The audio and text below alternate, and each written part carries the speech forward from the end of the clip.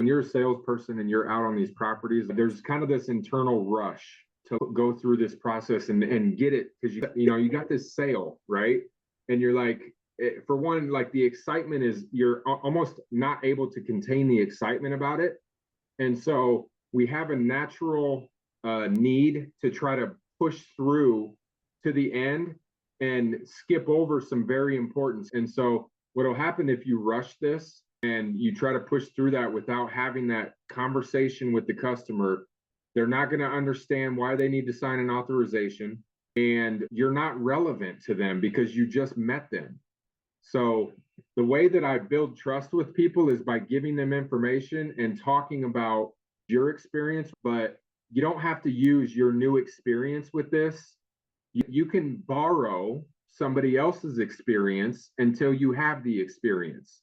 So listen to the things that I'm saying, listen to the things that TJ's saying, that Eric's saying, and use that in your storytelling to build up what part of your pitch is, and use it as if it's yours, because at the end of the day, you represent the company, right?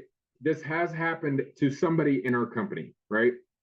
And so the way that I kind of do that is when I'm talking to these people is, you don't have to say that you're brand new, but what you can do is you can talk about the process as you know it. And it's like, I just start by asking questions.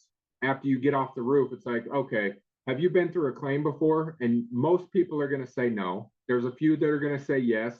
And there's even fewer that are going to say yes, and I had a horrible experience, right?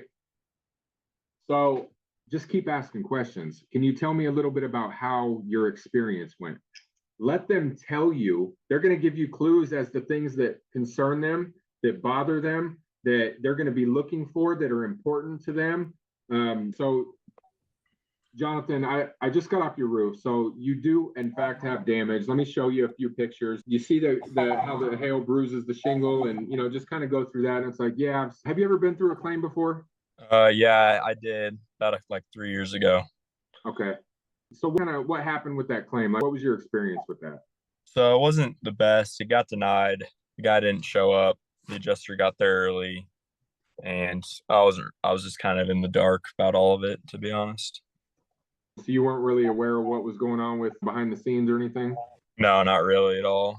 That's fair. You know what? I've heard that quite a bit. Let me talk to you a little bit about how we deal with this. First and foremost, I didn't write the policy. I didn't do the contract with you and your insurance company. That was something between you guys. But something that I do know as a homeowner in the policy that I have is that I have a duty to report any damage as it comes up. That's my duty. I do know that it's our duty to report it. I definitely recommend that's what you do here today. There's a couple other duties involved with being a policyholder that are on most of these contracts. The other thing is you need to mitigate any further damage. Okay. What does that mean? That means that if you have a hole or shingles blown off your roof, you need to take action to prevent it from happening further. So that means you need to pay somebody to put a tarp up there to stop further damage. That's your job. You will get reimbursed for it, but it's still your job to initiate it and make it happen. The third thing is to document these claims. Okay. So if you're going to report this, you have to document it. What they want you to do is they want you to take very detailed pictures, as many as possible, of everything that's damaged on the property. Then they want you to organize that into a report, and they want you to start putting estimates together for what it's going to cost to put all this stuff back together. And so I'm guessing you're probably not a contractor, right? No.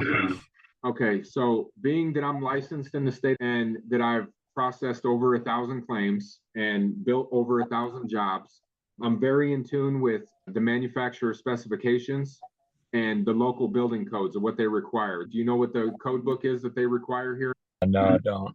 So it's the 2018 IRC.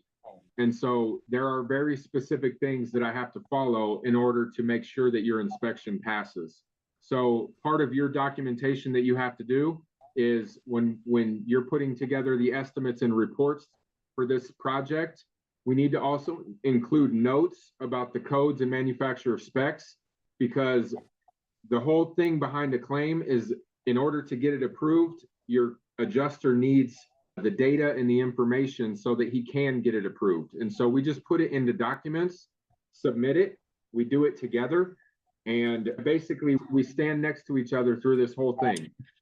I want you to be involved in this, and I want you to be involved in all the communications so that if we get any pushbacks on this or that, that we are both on the same page, that we want to put your house back together correctly. I'm guessing that that's probably what you want to do. You don't want to do anything half-assed. You don't want to cut any corners. You probably don't want to do that, right? Most people don't.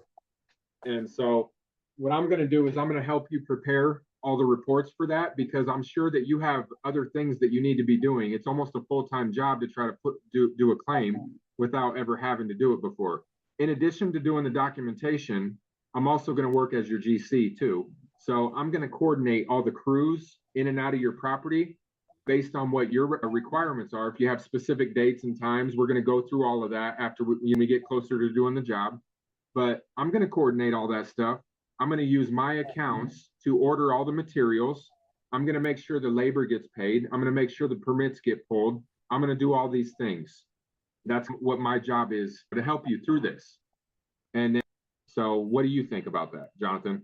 Sounds like you know what you're talking about. And you're right. I definitely don't have the time to do all this myself. So I think I would love to go through this. I don't really know what the next step is here. Okay, great. So you've already, while I was on the roof, you already filed a claim, or have you filed a claim yet? Yeah, we can do that right now if you want.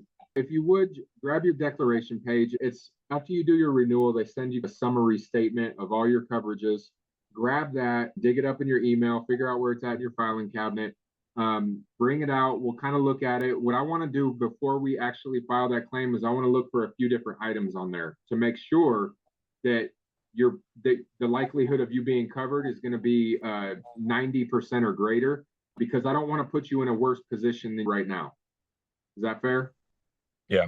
Okay, go grab that and come back. Looks like here you got replacement costs for up to $250,000.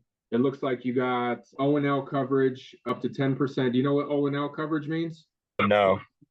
So O&L coverage, or code upgrade coverage, is sometimes that's what they call it, means that if I tear your roof off, or if I tear your siding off, are things that are not up to code, but the building code requires them to be up to code. Your insurance company is going to pay you to bring those up to code, and they'll pay 10% of your policy. So if they're covering you for, looks like 250,000 is what they're assessing your house at, they're going to pay up to $25,000 in code coverage. So I think it's fair to say that you are in a good spot to file a claim, because you have everything on your side to get this stuff covered. I can't make a coverage decision. That's up to the insurance company. But what I'll do is I'll help you put together the documents and everything that's needed so that you can make your case.